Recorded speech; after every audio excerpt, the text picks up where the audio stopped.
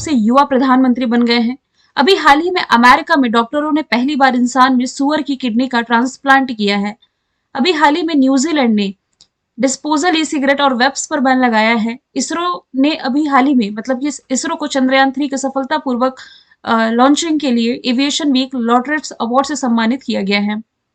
अभी 23 मार्च को भगत सिंह, राजगुरु और सुखदेव की पुण्यतिथि के मौके पर शहीद दिवस मनाया गया है। हैती में फंसे भारतीयों को निकालने के लिए ऑपरेशन इंद्रावती की शुरुआत की गई है। नॉर्थ ईस्ट गेम्स 2024 का तीसरा संस्करण शुरू हुआ। नागालैंड में federation of Indian export organisation के नए अध्यक्ष बने हैं अश्विनी कुमार। ट्रायलेट एक्सरसाइज जो कि भारत ने मोजाम्बिक और तंजानिया के साथ आयोजित करी है। भारतीय निर्वाचन आयोग की राष्ट्रीय दिव्यांगजन आइकन जो बनी है शीतल देवी बनी है। ये सभी क्वेश्चंस हमने कल देखे थे। शुरू करते हैं आज का हमारा पहला सवाल। किस राज्य या केंद्र शासित प्रदेश के मुख्यमंत्री अरविंद केजरीवाल जी को गिरफ्तार किया गया है? आप सभी को मालूम है दिल्ली जो कि भारत की राजधानी है, आम आदमी पार्टी के नेता अरविंद केजरीवाल ये गिरफ्तार हो चुके हैं और अरविंद केजरीवाल मुख्यमंत्री रहते हुए गिरफ्तार होने वाले पहले मुख्यमंत्री बने हैं। जो ईडी है, ईडी इस समय देखिए काफी ज्यादा चर्चे में भी है, प्रवर्तन निदेशालय, इसने दिल्ली के मुख्यमंत्री अरविंद केजरीवाल जो कि आम आदमी पार्टी के हैं, इन्हें शराब नीति घोटाले के मामले में धन शोधन निवारण अधिनियम जो 2002 का था, इसी के तहत गिरफ्तार किया गया है। ये जो अधिनियम था ना 2002 का था, लेकिन लागू किया गया था 2005 में, जिसका मुख्य उद्देश्य था मनी लॉन्ड्रिंग को रोकना। हालांकि इसके पहले यदि देखा जाए तो कई पूर्व मुख्यमंत्रियों को गिरफ्तार किया जा चुका है। ऐसा नहीं कि अरविंद केजरीवाल पहले हैं, लेकिन मुख्यमंत्री पद पर रहते हुए गिरफ्तार किए गए हैं, इसलिए न्यूज इंपॉर्टेंट है। इसके पहले AIADMK प्रमुख जो जयललिता थी ना 1996 में गिरफ्तार होने वाली पहली पूर्व मुख्यमंत्री बनी थी। अब यदि मैं बात करूं दिल्ली की, जो कि भारत की राजधानी है, यमुना नदी के किनारे बसा हुआ है। स्टैटिक जीके में दी हम देखें तो इंडिया गेट यही है, लाल किला यही है, वॉर ऑफ मेमोरियल यही है। वॉर ऑफ मेमोरियल यानी कि भारत का पहला ये जो युद्ध स्मारक है इंडिया गेट के पास में ही है। नई संसद भवन जिसका उद्घाटन रिसेंटली किया गया है, इसके वास्तुकार हो जाएंगे विमल पटेल। करंट से यदि रिलेट करेंगे तो रायसीना डायलॉग जो 2024 की है, ये यहाँ आयोजित होनी है, जिसमें मुख्य अतिथि के रूप में ग्रीस के प्रधानमंत्री किरियाकोस मित्सोटाकिस शामिल होंगे। दुनिया का सबसे बड़ा म्यूजियम युगे युगीन ये यहीं पर बन करके तैयार हुआ है और दुनिया की सबसे प्रदूषित राजधानी ये दिल्ली बनी है। अभी स्विस एयर की जो रिपोर्ट थी उसके अकॉर्डिंग ऑप्शंस के थ्रू यदि आप रिलेट करेंगे तो भी आपको मालूम होगा हरियाणा के जो मुख्यमंत्री थे मनोहर लाल खट्टर, इन्होंने अपने पद से इस्तीफा दिया था और इनके पद से इस्तीफा देने के बाद ही जो नए मुख्यमंत्री बनाए गए थे नायाब सैनी बनाए गए थे। इसके अलावा पुदुचेरी और तेलंगाना की जो उपराज्यपाल थी, मतलब कि पुदुचेरी की उपराज्यपाल और तेलंगाना की राज्यपाल तमिलिसाई सौंदराजन, इन्होंने भी अपने पद से इस्तीफा दिया था और यहाँ के नए राज्यपाल और मतलब तेलंगाना के राज्यपाल और पुदुचेरी के उपराज्यपाल के रूप में CP राधाकृष्णन की नियुक्ति की गई है।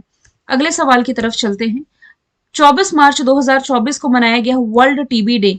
इंपॉर्टेंट है, इसकी थीम कई बार एग्जाम में पूछी जा चुकी है। इस बार की थीम हो जाएगी yes we can end TB.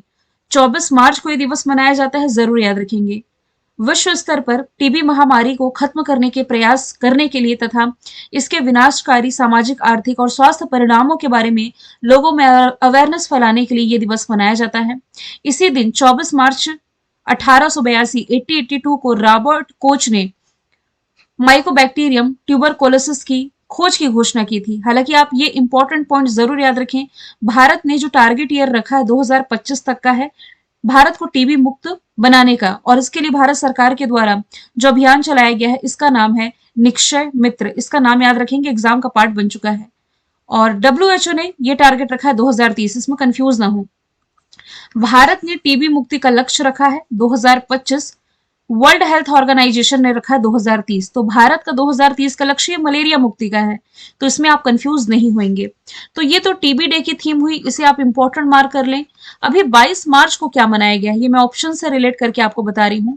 22 मार्च को आपका मनाया गया है वर्ल्ड वाटर डे, विश्व जल दिवस, जिसकी थीम रही है water for piece, close the care cap. कुछ याद आया?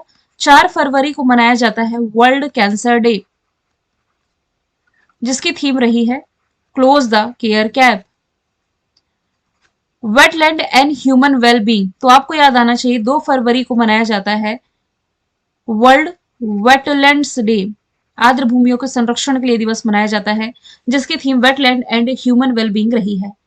अगले सवाल की तरफ चलते हैं। हाल ही में भारतीय बैंक संघ इंडियन बैंक एसोसिएशन के नए अध्यक्ष के रूप में किसकी नियुक्ति की गई है? एमवी राव बने हैं इंडियन बैंक एसोसिएशन के नए अध्यक्ष। ये सेंट्रल बैंक ऑफ इंडिया के एमडी और सीईओ हैं। और भारतीय बैंक संघ जो है, ये भारतीय बैंकों और वित्तीय संस्थानों का एक प्रतिनिधि निकाय है, जिसकी स्थापना 1946 में हुई, मुंबई महाराष्ट्र में हेडक्वार्टर हो जाएगा। दिनेश कुमार खारा की यदि मैं बात करूं तो स्टेट बैंक ऑफ इंडिया के वर्तमान में चेयरमैन हो जाएंगे। साजी केवी नाबार्ड, जिसका मुख्यालय आप पढ़ते हैं मुंबई में, इसके प्रमुख हो जाएंगे साजी केवी। और शक्तिकांत दास ये वर्तमान में आरबीआई के गवर्नर हो जाएंगे। आगे चलते हैं। हाल ही में वर्ल्ड टेबल टेनिस फीडर खिताब जीतने वाले पहले भारतीय कौन बने हैं? ये रिसेंटली बन गए हैं जी साथियान। ऑप्शन नंबर बी इसका राइट आंसर हो जाएगा। स्टार पेडलर जी साथियान WTT यानी कि world table tennis feeder series कार्यक्रम में पुरुष एकल कैटेगरी में जीतने वाले पहले भारतीय बने हैं। इसका आयोजन लेबनान के बेरूत में किया गया था। इन्होंने फाइनल में भारत के ही खिलाड़ी मानव ठक्कर को हरा करके ये खिताब अपने नाम किया है। वर्ल्ड टेबल टेनिस 2019 में ही अंतरराष्ट्रीय टेबल टेनिस महासंघ द्वारा बनाया गया एक ऑर्गेनाइजेशन है। आप यदि ऑप्शन के थ्रू रिलेट कर सके ना, तो Arjun Bhullar MMA title, mix martial art title जीतने वाले पहले भारतीय बने थे। और टेनिस हॉल ऑफ फेम में शामिल पहले एशियाई जो बने हैं, ये बन गए हैं लिएंडर पेस। और चौथा ऑप्शन है डायना एल्डूजी का, ICC हॉल ऑफ फेम में शामिल ये पहली भारतीय महिला बनी है। आगे चलते हैं। विश्व मौसम विज्ञान दिवस जो कि मार्च महीने की 23 तारीख को मनाया गया है, ऑप्शन नंबर डी इसका राइट आंसर हो जाएगा। वर्ल्ड मेटेरोलॉजिकल डे, ये दिवस जो है ये समाज की सुरक्षा और कल्याण में राष्ट्रीय मौसम विज्ञान और जलवायु सेवाओं के महत्वपूर्ण कंट्रीब्यूशन यानी कि योगदान को प्रदर्शन करने के लिए मनाया जाता है। इस बार की थीम है on the front line of climate action. WME की स्थापना इसी दिन 23 मार्च 1950 में की गई थी। ऑप्शंस के थ्रू यदि हम रिलेट करें तो जो वर्ल्ड हैप्पीनेस डे है, प्रसन्नता दिवस, ये आपका 20 मार्च को मनाया गया। और हैप्पीनेस इंडेक्स में मैं बता चुकी हूँ कि इंडिया फिर से इस बार 126 प्लेस पर है। वानिकी दिवस ये मार्च महीने की 21 तारीख को मनाया गया है। और 24 मार्च को अभी जस्ट हमने देखा है TB डे। आगे चलते हैं। हाल ही में किस अंतरिक्ष एजेंसी ने दो प्राचीन स्टार स्ट्रीम, जिसका नाम है शिव और शक्ति, एक का नाम है शिव, दूसरे का नाम है शक्ति, इसकी खोज की है? रिसेंटली इसकी खोज की गई है यूरोपियन स्पेस एजेंसी ESA के द्वारा। ESA की गैया अंतरिक्ष दूरबीन ने इस शिव और शक्ति नाम के दो तारों की खोज की है। दो तारों की प्राचीन स्टार स्ट्रीम की खोज की है। यूरोपियन स्पेस एजेंसी ने ये गैया अंतरिक्ष दूरबीन को ये दिसंबर 2013 में ही लॉन्च कर दिया था, लगभग 11 साल पहले। तो अभी जो शिव और शक्ति ये जो खोजा गया है, ये दो प्राचीन तार की धारा यानी कि सेटलर स्ट्रीम है, जिसे नाम दिया गया शिव और शक्ति। ये लगभग 12 अरब वर्ष पूर्व बनी थी। हिंदू दर्शन में एक दिव्य जोड़े के नाम पर, दिव्य जोड़े वही शिव और शक्ति जो माना जाता है ब्रह्मांड की रचना के प्रतीक है, इन्हीं के नाम पर इनका नाम रखा गया है। बात की जाए यदि अमेरिका की स्पेस एजेंसी और भारत की स्पेस एजेंसी इसरो की, तो जब भी इसका डिस्कशन आता है मैं आपको निसार प्रोजेक्ट इनका याद करवाती हूँ। निसार एक अर्थ ऑब्जर्वेशन सैटेलाइट है जिसे लेकर के नासा और इसरो वर्क कर रहे हैं। यदि नासा और जैक्सा का पूछा जाता, जैक्सा जापान की स्पेस एजेंसी है, तो दोनों मिलकर के दुनिया का पहला लकड़ी सैटेलाइट जिसका नाम होगा लिग्नोसैट, इस पर वर्क कर रहे हैं। अगला सवाल है, हाल ही में वैज्ञानिकों ने किस फसल में होने वाली बीमारी जिसका नाम है विटचेस ब्रूम, इसकी खोज की है? रिसेंटली हरियाणा कृषि विश्वविद्यालय के वैज्ञानिकों ने मटर में एक नई बीमारी की खोज की है जिसे नाम दिया गया है विटचेस ब्रूम। हरियाणा के जो चौधरी चरण सिंह कृषि विश्वविद्यालय है, इसी के वैज्ञानिकों के द्वारा मटर की फसल को प्रभावित करने वाली एक नई बीमारी की पहचान की गई है। और पौधों में इस नई बीमारी को APS यानी कि अमेरिकन फाइटोपैथोलॉजिकल सोसाइटी के द्वारा मान्यता दी गई है। और इसे प्रतिष्ठित पत्रिका प्लांट डिजीज में पहली शोध रिपोर्ट के रूप में भी पब्लिश किया जा चुका है। आगे चलते हैं। हाल ही में किसे सतत ऊर्जा नेतृत्व के लिए सेरा वीक लीडरशिप अवार्ड मिला है? तो ये मिला है डॉक्टर सुल्तान अल्जाबेर को। इनका नाम आप लोगों को सुना सुना लग रहा होगा।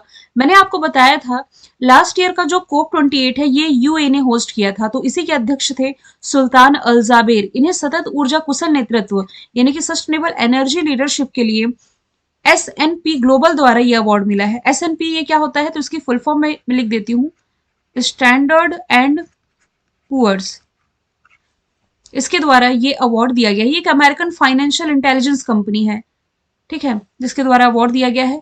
कोप 28 यूएई में आयोजित किया गया था और इसी के ये अध्यक्ष थे। अब जो इस साल का होना है कोप 29 अजरबैजान बाकू में इसका आयोजन किया जाएगा।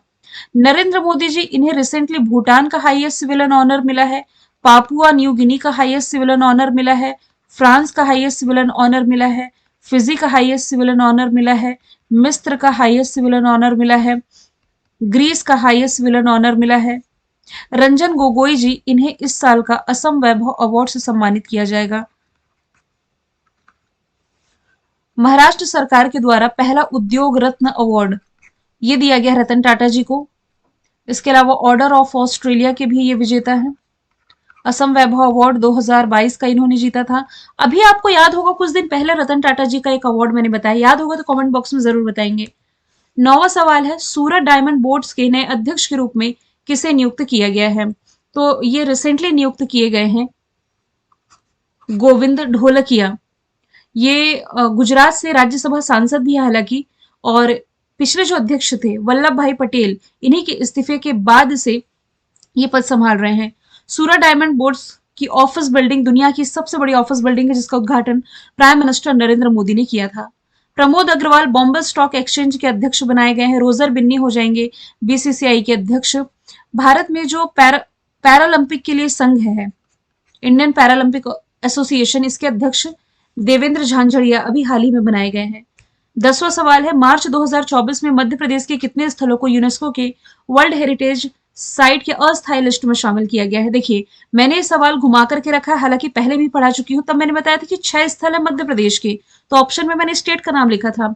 अब मैं स्थलों के नाम लिख रही हूँ, तो ये 6 स्थल हैं। ग्वालियर का किला, धमनार रॉक कट गुफाएं, भोजेश्वर महादेव मंदिर, चंबल घाटी का रॉक कला स्थल, खूनी भंडारा जो कि बुरहानपुर का है, मंडला गोंड स्थल। यूनेस्को जिसका फॉर्मेशन ईयर है 1945, पेरिस में मुख्यालय, ऑन्द्रे अजोले इसके वर्तमान समय में प्रमुख हो जाएंगे।